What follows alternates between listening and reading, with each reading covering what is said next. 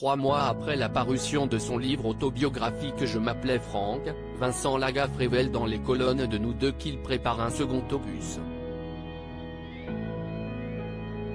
Il lance une nouvelle charge contre ses parents adoptifs chez qui tout sonnait faux. Guérit-on jamais de son enfance ? Pendant des années Vincent Lagaffe a amusé les foules depuis son passage au Club Med en tant que gentil organisateur jusqu'au bidil sur TF1. Mais en mars dernier, l'animateur a dévoilé une nouvelle facette de sa personnalité, en publiant Je m'appelais Franck, le bouleversant récit de ses origines dans lequel il livre notamment sa rencontre avec Lucienne, sa mère biologique, qu'il a abandonnée lorsqu'il avait 6 mois. Et les conséquences de cette histoire sur le reste de sa vie.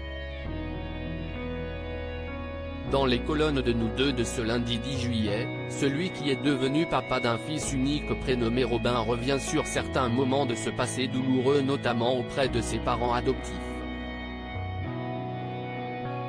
Si est-il un Vincent Lagaffe plus serein qui prend la parole aujourd'hui rassuré de l'accueil qui a été fait à son livre. Les 30 premiers jours, je les ai vécus comme un tourbillon. Je me posais 1000 questions. Ai-je eu raison de me mettre à poil devant la France entière? Mon histoire va-t-elle intéresser? Ils ont adopté, ça faisait bien sûr la carte de visite. Il a désormais la réponse et confirme qu'un tome 2 est en préparation. Vous pensiez avoir tout lu? Le manuscrit faisait 1000 pages et j'ai dû faire un choix. Et juridiquement, j'attends des réponses pour pouvoir raconter 2 autres événements qui sont encore plus forts, explique-t-il.